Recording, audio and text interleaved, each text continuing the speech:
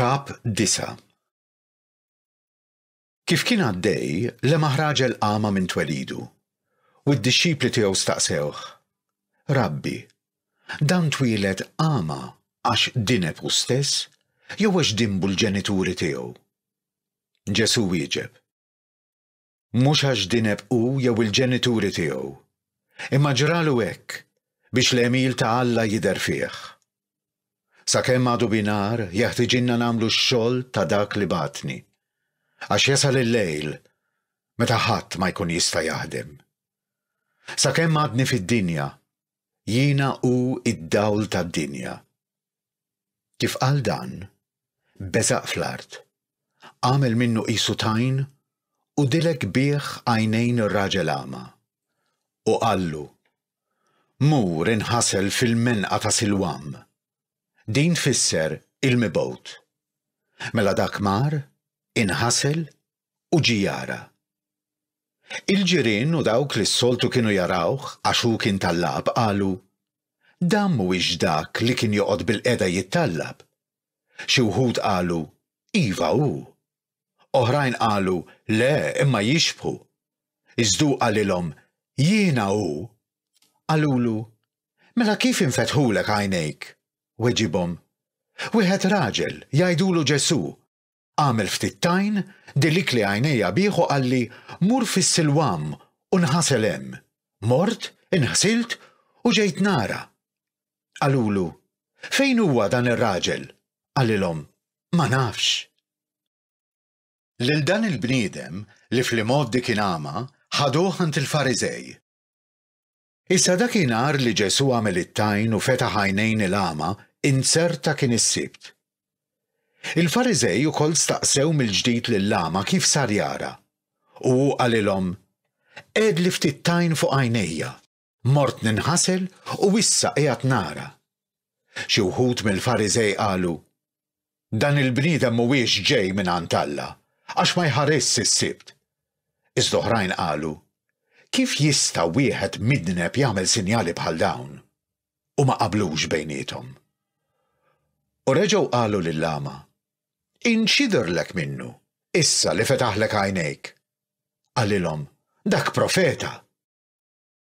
Il-lut ma ridux jemmnu li hu kien għama u ħadd dawl qabel ma bagħtu għall-ġenituri ta' dak li sar jara u staqsewhom: Dan li intom qegħdin tajdu li twieled għama, dan binkom?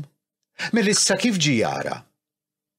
Il-ġenituri tiegħu wieġbu u qalulhom: Nafu li dan hu t-tifel tagħna u li twieled għama, imma kif issa ġie jara, dan ma nafuhx u anqas ma nafu min fetaħlu għajnejh. Staqsu lilu, żmien għandu, ħajjitkellem huwa għalih innifsu. Il-ġenituri tiegħu wieġbu hekk għaliex beżgħu mill-lut, għax il-lut kienu ġa ftehmu bejniethom li jekk xi ħadd jistqarr li Ġesu hu l-Messija isipruh barra mis-sinagoga. Kien għalhekk li l-ġenituri tiegħu wieġbu: Żmien għandu, staqsu lilu. Għal darb'oħra reġgħu bagħtu għal dak li kien għama u qalulu: Għati glorja lil Alla. Aħna nafu li dan il-bniedem huwa midneb. Dak weġibhom: Jekk hux midneb, ma nafx. Ħaġa waħda naf, li jien kont għama u issa qiegħed nara.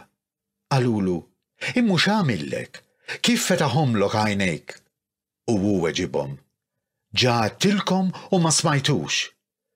Xi tridu tisimgħu iżjed? Jaqgħu tridu intom ukoll issiru dixxipli tiegħu? U qabdu jgħajruh u qalulu: Dak int dixxiplu tiegħu, aħna ta' Mosè dixxipli. Aħna nafu li lil Mosè kellmu Alla, imma dan ma nafux minn fejn hu. Weġibhom ir-raġel u qalilhom: Sewwa. Hawn qiegħed il-ħaġeb li intom ma tafux minn fejn inqala, u madana kollu li fetaħli għajnejja. Aħna nafu li Alla mhux se jisma' lil midinbin. Iżda mbagħad jekk wieħed ikun iqim lil Alla u jagħmel ir-rieda tiegħu lil dan jisimgħu. Qatt fid-dinja ma nstema' li xi ħadd fetaħ għajnejn wieħed għama mit-twelid. Li kieku dan ma kienx ġej minn għand Alla, xejn ma kien ikollu ħila jagħmel. Imbagħad qabżu qalulu: int se tallem lilna, int li twelidt nubiet waħdek. U keċċew il-barra. Ġesu sama li keċċew il-barra, sabu u qallu: temmen inti f'bin il-bniedem. Dak wieġeb u qallu: minu mulej biex nemmen fih? Qallu Ġesu: mhux biss rajtu, imma huwa dak stess li qiegħed ikellmek. Qallu: nemmen mulej, u nxteħet għarkubtejh quddiemu. Imbagħad Ġesu qal: jien ġejt fid-dinja biex nagħmel ħaqq, biex min ma jarax isir jara, u min jara jama. Xi wħud mill-Fariżej li kienu hemm madwaru semgħuh jgħid dan u staqsewh: aħna wkoll omja. Weġibhom Ġesu: li kieku kontu omja, ma kontux tkunu ħatja ta' dnub. Immissa qegħdin tajdu aħna naraw. Mela d-dnub tagħkom għadu fuqkom.